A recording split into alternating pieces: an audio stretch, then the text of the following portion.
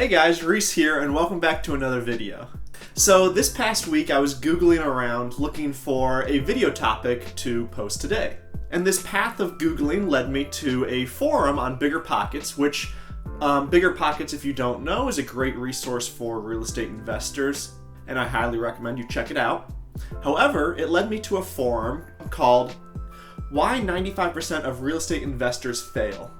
I read this and I figuratively fell out of my chair reading this title. 95%? I know real estate isn't necessarily easy, but it's definitely not hard either, and I hate to say it, but there's a lot of dumb people in real estate. You trust me on that. And while this article title might be a smidge misleading, because in all reality, 95% of people don't fail in real estate, 95% of people fail or don't even get started in real estate.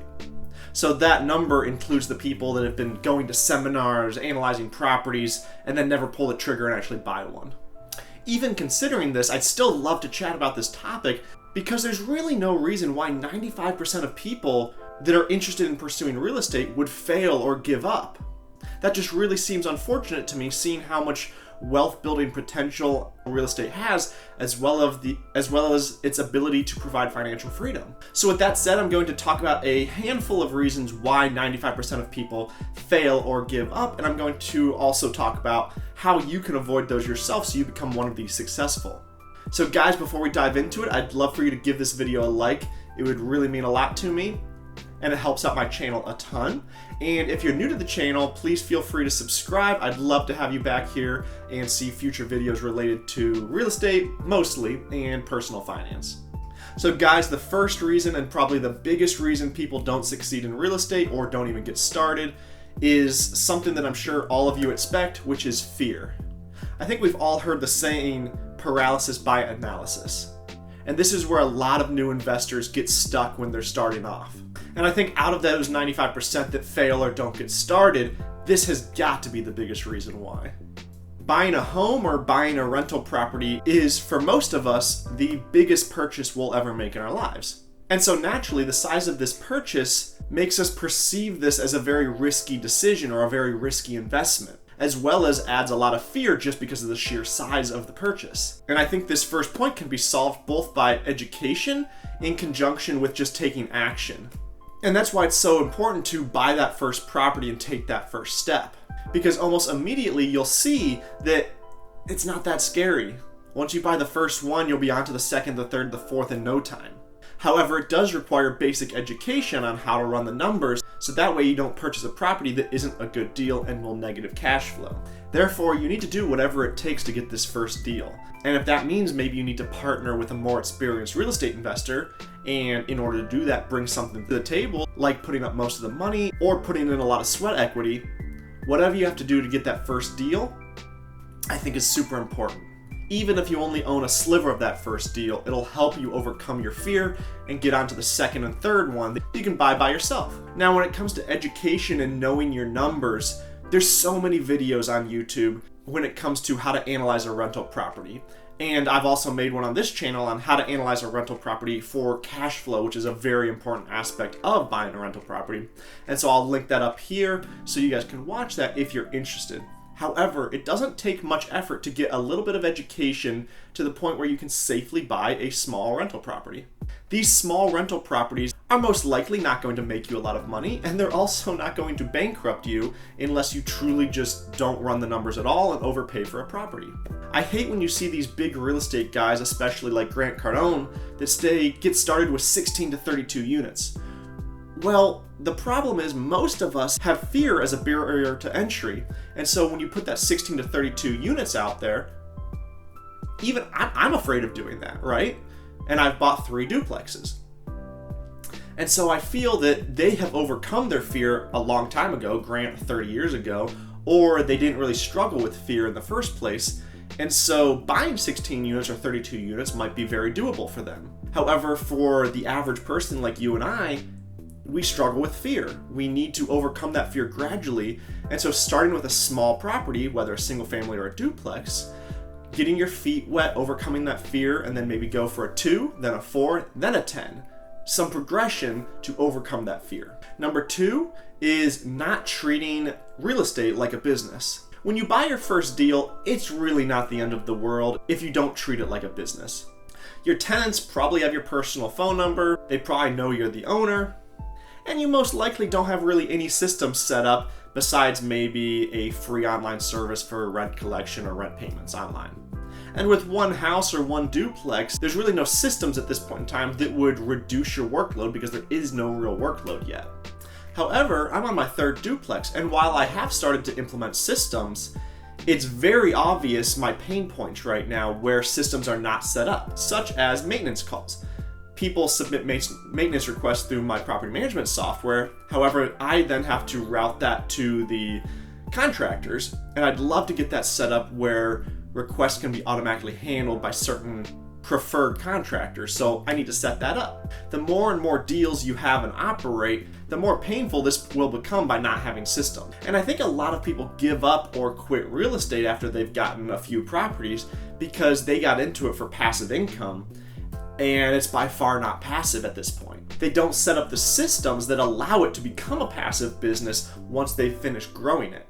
Growing a real estate business is a very active business. The lead generation, the converting that into closed deals, and operating, it's a pretty active business. However, by setting up systems, you can turn that into a passive business. And so by not setting up these systems, these people that got into real estate for a passive reason are seeing that they're putting a ton of time and effort into these 3 to 5 properties and quickly realize the time is not worth the money they're making on these deals.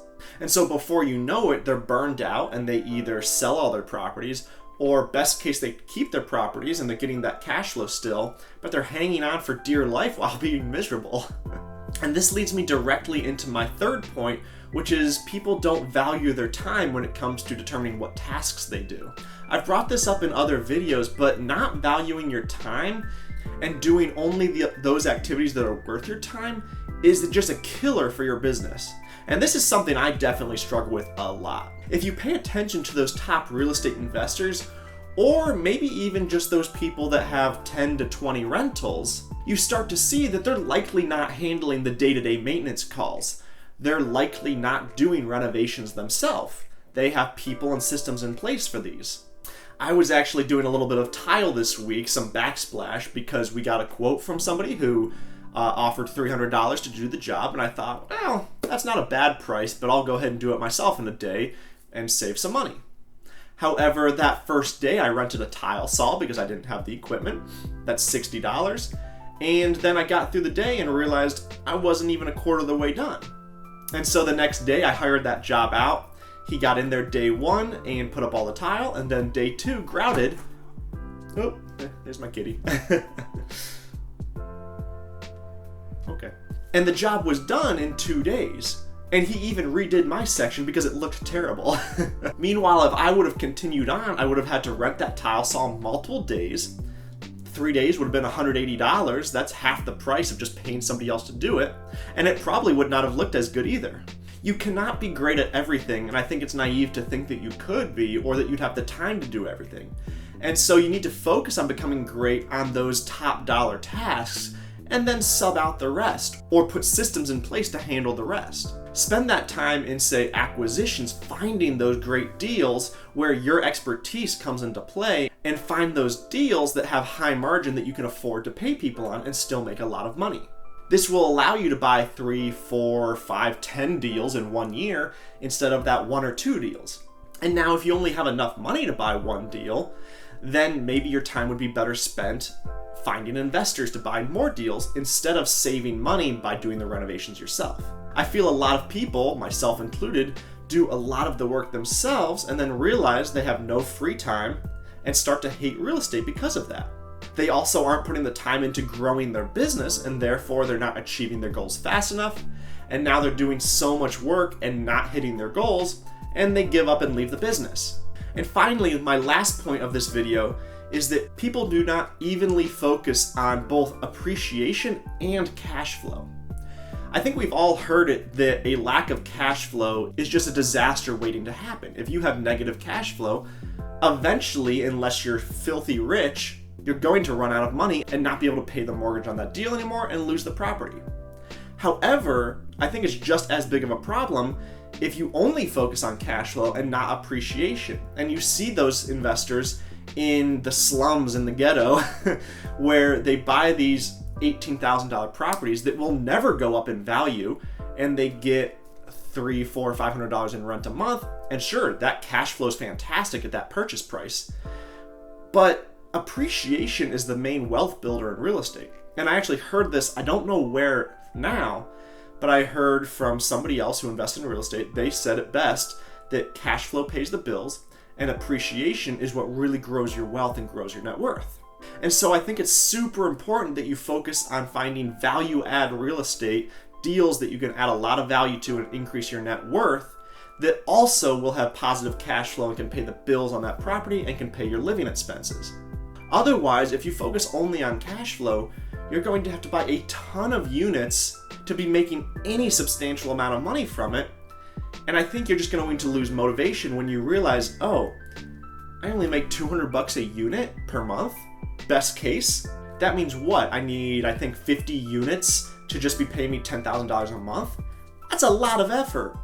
However, if each one of those units added $25,000 to your net worth, well, that's a substantial amount of money with just 10 units. That's $250,000 added to your net worth. In addition, those properties are cash flowing $2,000 a month. And so I believe that is a great deal, and that's how you really succeed in real estate, is by focusing on both cash flow and appreciation. And so once again, these people that focus only on cash flow get burned out because they're not making enough money. And those that focus only on appreciation lose those deals because they don't have enough money to support the negative cash flow. And so guys, those are 4 of the reasons I see why 95% of people fail or give up on real estate as an investment class. And it's really a shame because real estate has worked wonders for me with only 3 duplexes, and I hope to make a substantial amount of money by buying more over the next few years. So guys, I hope you enjoyed this video, and I hope that adds some clarity and can help you all start to succeed in real estate, buy that first property or buy that next property, and start to really grow your wealth and your cash flow, providing financial freedom. So guys, thank you so much for watching. Please go ahead and like this video as it helps my channel grow as a small channel. Please go ahead and subscribe as well if you're new to the channel. I love seeing you all here in my videos. We're almost up to 700 subscribers at the time of filming this video, which is just awesome to see. So thank you so much. And guys, have a great day. I'll see you in the next video.